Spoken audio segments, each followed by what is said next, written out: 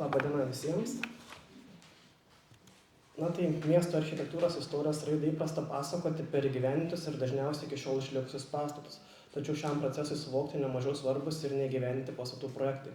Panašiai galima pasakyti ir apie neįgyvendintus tarpukario laikotarpio Panevėžyje planuotų pastatyti pastatų projektus, kurie reikšmingai tuo papildo architektūros istorijos raidos pasakojimą ir sudaro galimybę geriau pažinti to meto architektūrinius užmojus, jų kūrėjų ambicijas ir vizijas. Tai pavyzdžiui, ambicingi ir stilistiškai išraiškingai neįgyvendinti kelių gyvenamųjų namų, pradinių mokyklų, o taip pat ir mergaičių gimnazijos su mokytojų seminarija projektas, bei daugelis kitų, kurių gyvenimas sutrukdė įvairios aplinkybės. Tarp neįgyvendintų projektų atsidūrė ir tie, kurie buvo parengti Panevėžio kraštotyros muziejai. Todėl šiemet muziejai minint 100 metų veiklos sukaktį verta prisiminti 4–5 dešimtmečiuose puoselėtą sumanymą šiai įstaigai pastatyti naują ir modernų pastatą. Kai Lietuva tapo nepriklausoma valstybė, be visų kitų darbų buvo susirūpinta ir kultūros srities plėtojimu. Todėl šalies miestuose ir miesteliuose pradėtos aktyviau kurti įvairios kultūros organizacijos ir draugijos. Nemažą vaidmenį plėtojant kultūros sritį atliko ir muziejai, tačiau tuo metu šioms įstaigoms trūko tinkamų patalpų. Todėl 20 amžiaus 4 dešimtmečio pradžioje Lietuvoje atsirado iniciatyvų šalies muziejus aprūpinti tinkamomis patalpomis, tai yra pastatyti naujus ir modernius pastatus. Tuo metu buvo pradėtas statyti Vytauto Didžiojo muziejaus pastatas Kaune. Šio pavyzdžiu planavo pasekti ir Šiaulių aušros muziejus, tačiau sumanymas vis dėlto nebuvo įgyvendintas. Po kelerių metų sumanymą pastatyti naują pastatą pradėjo įgyvendinti ir Telšių muziejus. Naujus pastatus dar norėjo pasistatyti ir muziejai veikia Alytuje, Marijampolėje ir kitur. 1923 metais visuomenės veikėjų iniciatyva Panevėžyje buvo įkurta Gimtajam kraštui tirti draugija, vėliau tapusi Panevėžio kraštotyros draugija. 25 metais draugija įkūrė Panevėžio muziejų. Šiai įstaigai miesto savivaldybė paskyrė nedidelį dar 17 amžiuje statytą vieno aukšto mūrinį namą Kranto gatvėje, kurio bendras vidaus plotas tesudarė tik apie 41 kvadratinį metrą. Gavęs nuolatinės patalpas muziejus pradėjo plėstis. Tačiau patalpos dėl jų ankštumo ir nepatogumo muziejui ir turėtiems eksponatams buvo visiškai netinkamos, todėl įstaigai reikėjo ieškoti kitų patalpų. 32 metais muziejaus sąlygos šiek tiek pagerėjo, nes įstaiga buvo perkelta į išnuomotas erdvesnes patalpas naujame name Puzino gatvėje. Muziejus šiame name veikė iki 35-ųjų, vėliau buvo perkeltas į kitą pastatą Respublikos gatvėje. Tačiau toks kraustymasis trukdė muziejaus veiklai, todėl Gimtajam kraštui tirti draugijoje pradėta galvoti apie galimybę šiai įstaigai pastatyti naują pastatą. Sumanymą palaikė miesto ir apskrities savivaldybės, pažadėjusios skirti bent dalį statybai reikalingų lėšų. 35 metais statybos komitetas nusprendė, kad geriausia būtų statyti mūrinį 2 aukštų su rūsiu pastatą. Jo statybai Panevėžio miesto savivaldybė išskyrė sklypą tuometiniame miesto sode prie Respublikos gatvės. Pastato projektavimo darbai buvo patikėti architektui Stasiui Kudokui. Planuota, kad architektui parengus projektą muziejaus pastato statybos darbus būtų galima pradėti dar 36 metais. Tačiau taip neįvyko, nes panašu, kad architektas Kudokas muziejaus pastato neparengė. Praėjus keletui metų muziejaus pastato statybos idėja atgaivinta ir 38 metų rugpjūtį eskiziniam objekto projekto parengimui paskelbtas nacionalinis architektūros konkursas, vienintelis toks to meto Panevėžyje. Konkurse dalyvauti kviesti visi Lietuvos architektai, inžinieriai ir technikai. Konkurso prizinis fondas sudarė 2000 litų, iš kurių 1300 litų planuota skirti už pirmąją premiją apdovanotą projektą, o 700 litų už apdovanotą antrąją. Be to, už papildomus 500 litų dar planuota nupirkti vieną nepremijuotą, bet vertintojams patikusių projektą. Konkursiniai projektai turėjo būti paruošti pagal Panevėžio kraštotyros draugijos parengtus formuliuosius reikalavimus. Jie buvo išdėstyti lakonišką formą. Pavyzdžiui, reikalavimuose buvo nurodyta, koks maždaug pastatas turi būti suprojektuotas. Įėjimas į muziejų iš Respublikos gatvės, statybos medžiaga betonas, gelžbetonis plytos, stogas gelžbetoninis arba skardinis. Fasadai turi būti reprezentatyvūs, paminklinio pobūdžio, modernaus stiliaus formų. Todėl laukta projektų, kuriuose pastatas turėjo būti suprojektuotas monumentalus ir modernus, dengtas šlaitiniu arba plokščiu stogu, turint tikslą įrengti terasą lankytojams. Įdomu tai, kad sužinoję apie skelbiamą muziejaus pastato konkursą, miestiečiai anot to meto spaudos ėmė pageidauti, kad objektas dar būtinai būtų papuoštas bokštu. Bet nepaisant visuomenės noro į muziejaus pastato konkurso reikalavimus, bokšto reikalingumo sąlyga nebuvo įtraukta. Eskiziniams projektams paruošti duotas 5 mėnesių terminas. Visi projektai Panevėžio kraštotyros draugijai buvo pristatyti iki 39 metų sausio vidurį. Planuota, kad pirmąją premiją apdovanotas projektas galėtų tapti pagrindu parengti galutinį muziejaus pastato projektą. Todėl statybą pradėti planuota netrukus pasibaigus konkursui. Pasibaigus konkursų pateikimo terminui buvo sulaukta tik 11 projektinių pasiūlymų, kuriuos parengė 9 asmenys. Tai buvo Vladas Adomavičius, Feliksas Belinskis, Jurgis Getneris, Mikalojus Ivanauskas, Eugenijus Monomaitis, Jurgis Okonis ir dviese dirbę Vytautas Balsys ir Antanas Paškevičius. Visi jie buvo jaunos kartos atstovai, architektūros ir inžinerijos studijas baigė užsienio arba Lietuvos aukštosiose ir aukštesniosiose mokyklose. Verta paminėti, kad konkurse nedalyvavo nei vienas tuo metu Panevėžyje dirbęs architektūros specialistas. Todėl išskyrus Eugenijų Monomaitį, kuris tuo metu dirbo Klaipėdoje, visi kiti konkurso dalyviai buvo iš Kauno, kur dirbo įvairiose statybos ir projektavimo įstaigose arba studijavo.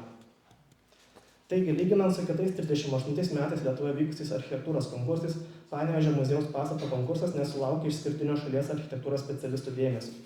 Pavyzdžiui, net Kybartų pradinės mokyklos pastato konkursai buvo pristatyta daugiau, tai yra 15 projektinių pasiūlymų, o kitiems net ir porą kartų daugiau.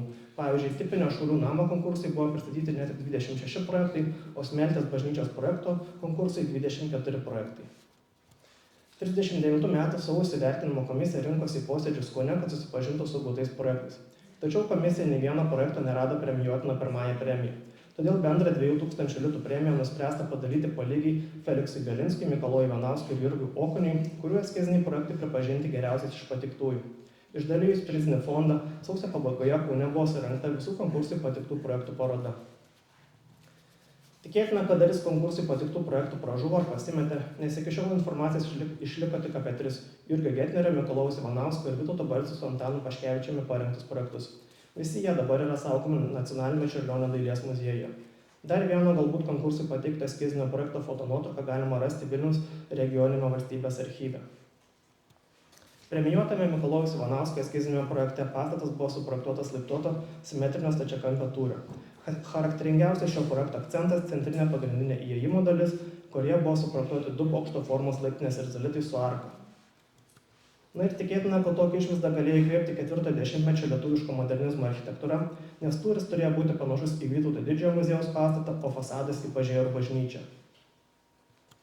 Vytauto Balsio ir Antano Paškevičiaus projekte pastato išorė kurta lakoniška, nes visos sienos suskaidytos siaurų langų ir vertikalių plokštumų ritmu. Bet kaip įprasta svarbiems to meto visuomeniniams pastatams, reprezentatyviausia dalis turėjo būti pagrindinis fasadas, todėl čia nevengta puošnumo. Ta šiai dalį turėjo suteikti tarp langų įdėti skydai, kelios skulptūros ir kampe įkomponuotas laiptuotas vertikalus pagrindinio įėjimo ir laiptinės tūris. Tokią architektūrinę viziją galbūt įkvėpė reprezentatyvi 4-ojo dešimtmečio Kauno visuomeninių pastatų architektūra, kaip Žemės banko rūmai ir kiti. Formaliuosius reikalavimus dar kitaip interpretavo Jurgis Getneris. Jo projekte fasadas suprojektuotas pailgo stačiakampio tūrio su modernizuotais klasicizmo stiliaus bruožais. Centrą turėjo akcentuoti arkos, o šoninės dalis arkinių langų eilės ir smulkus sienų dekoras. Projektą galbūt įkvėpė modernizuoto klasicizmo ir istorizmo formų Lietuvos architektūra, kurie nevengta tokių inkliuzų kaip arkiniai langai ir arkos. Ketvirtajame išlikusiame nežinomo autoriaus projekte pagrindiniu akcentu turėjo būti 3 per 2 aukštus nusitęsusios arkos. Šiame projekte tik pirmasis pastato aukštas turėjo būti suprojektuotas su langais, todėl antrojo aukšto patalpos turėjo būti apšviečiamos per stoglangius.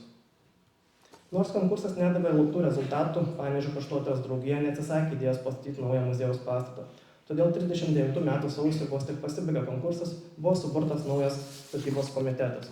Statybos komiteto narių sprendimu muziejaus pastato projektavimo darbai buvo patikėti neseniai architektūros studijas Prancūzijoje baigusiam architektui Jonui Kovalskiui, kuris buvo vienas iš konkurso vertinimo komisijos narių.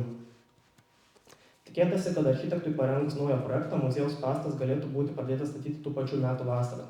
Bet 39 metais naujo muziejaus pastato statyba neprasidėjo ir ji buvo nukelta į 40-osius. Statybos darbai vėlavo prasidėti dėl to, kad nuspręsta pakeisti vietą, kurioje pastatas turėjo iškilti. Todėl vietoje sklypo Respublikos gatvėje nuspręsta, kad pastato statybai tinkamesnė vieta yra sklypas prie naujai nutiesto tuometinio Jakšto prospekto. Tuometinis Jakšto prospektas buvo formuojamas kaip nauja ir prestižinė miesto gatvė. Čia iki 39 iškilo keletas privačių gyvenamųjų namų, buvo pradėti statyti apskrities savivaldybės rūmai pradinė mokykla, o sankirtoje su Liepų alėja įrengta nauja aikštė. Be to Jakšto prospekte dar planuota pastatyti prieglaudą ir keletą kitų visuomeninių pastatų. Todėl ši gatvė, įgyvendinus visas joje suplanuotas statybas, turėjo tapti savotišku naujoju Panevėžio visuomeninio gyvenimo centru, kurio svarbą būtų sustiprinęs naujas muziejaus pastatas. Susitarusi su miesto savivaldybė dėl tinkamesnės vietos muziejaus pastato statybai, 40 metų balandį Panevėžio kraštotyros draugija įsigijo neužstatytą žemės plotą tuometinio Jakšto prospekto pradžioje. Nupirktas sklypas buvo 5000 kvadratinių metrų ploto. Iš jų 4000 m² turėjo būti skirti miesto parkui įrengti, o 1000 m² muziejaus pastato statybai. Yra žinoma, kad 39 metais architektas Jonas Kovalskis dirbo prie muziejaus pastato projekto. Panašu, kad tų pačių metų pabaigoje projektas buvo parengtas ir nusiųstas tvirtinti statybos ir sauskelio inspekcijai Kaune. Siūlyta pakoreguoti fasadą, langų formas, vidaus patalpų dydį. 40 metų siausis šios pastabos buvo aptariamos Panevėžio kraštotyros draugijoje. Nors įsigytas sklypas buvo pradėtas ruošti muziejaus pastato statybai, tačiau jis neiškilo, nes Lietuva netrukus buvo okupuota Sovietų Sąjungos. Tikėtina, kad Jono Kovalskio projektas nėra išlikęs, nes jo surasti nepavyko nei Lietuvos archyvuose, nei Lietuvos nacionalinėme muziejuje saugome šio architekto fonde. Pirmosios sovietinės okupacijos metu nepriklausomybės metų idėja pastatyti naują muziejaus pastatą nebuvo pamiršta. Tuometinio švietimo liaudies komisariatui parengus svarbiausiai 41–42 metais Lietuvoje planuotų pastatyti švietimo ir kultūros objektų sąrašą, į jį buvo įtraukta ir Panevėžio muziejaus pastato statyba. Manytina, kad muziejaus pastato statybos vieta neturėjo keistis, nes ir tuometinė valdžia Jakšto prospektą laikė viena svarbiausių vietų, kurie turėjo būti statoma dauguma naujų visuomeninių pastatų. Pavyzdžiui, ten turėjo būti pastatyta nauja miesto poliklinika. Tačiau nežinoma, ar tuo metu muziejaus pastatą planuota statyti pagal Jono Kovalskio projektą, ar galbūt užsakyti parengti naują. Vis dėlto ir tuo metu objektas nebuvo pradėtas statyti, nes tam neužteko laiko, nes netrukus kilo karas. Vokiečiams okupavus Lietuvą, naujo muziejaus pastato statyba karo veiksmų fone neatrodė kaip svarbus dalykas. Todėl šios okupacijos metais pastato statybos klausimas nebuvo keliamas. Tačiau siekiant pagerinti muziejaus sąlygas, 42 metais įstaiga planuota iškelti į Respublikos gatvėje buvusias valstybinės skaityklos patalpas, kurios turėjo būti atnaujintas architekto ir tuometinio miesto burmistro Karolio Reisono rūpesčiu. Pokario metais naujo muziejaus pastato statyba trumpam buvo atgaivinta. 45 metais Panevėžio miesto vykdomo komiteto plano komisija parengė svarbesnių statybų 46–50 metams vardinį sąrašą ir jį įtraukė planus mieste pastatyti ne tik tokius objektus kaip naujus teatro rūmus, sporto stadiono turgaus halę, bet ir naują muziejaus pastatą. Šio objekto statybą planuota vykdyti 48–50 metais. Tačiau tuo metu muziejus, kaip ir dalis kitų suplanuotų pastatų, nebuvo pastatytas. Tam tikriausiai nebuvo skirta lėšų, ar galbūt ši statyba nelaikyta prioritetinė. Juolab, kad į vėlesniais metais parengtų svarbiausių miesto statybų planus, naujo muziejaus pastato statyba jau nebuvo įtraukta.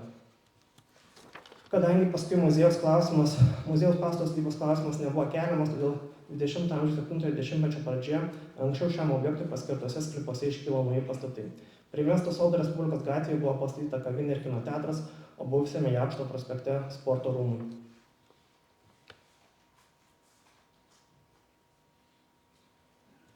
Na ir pabaigai reikia akcentuoti, kad nors muziejus Panevėžyje buvo įkurtas 20 amžiaus 3 dešimtmetyje, rimtesni ketinimai šiai įstaigai pastatyti naują pastatą prasidėjo tik po bemaž dešimtmečių. 38 metais pastato projektui paruošti buvo paskelbtas nacionalinis architektūros konkursas. Tačiau konkursas, vertinant iš dabartinės perspektyvos, užuot galėjęs tapti idėjos pastatyti muziejaus pastato kulminaciją, turėjo priešingą efektą ir tapo viena iš jos neįgyvendinimo kliūčių. Kadangi nei vienas konkursinis projektas nelaikytas tinkamu, todėl pastato projektavimo darbus teko pradėti iš naujo. Nors 39–40 metais buvo parengtas naujas pastato projektas, jis nebuvo įgyvendintas. Muziejaus pastato statybos idėja trumpai gyvavo okupacijų metais, bet ir tuo metu ji nebuvo realizuota. Tai būtų tiek. Ačiū už dėmesį.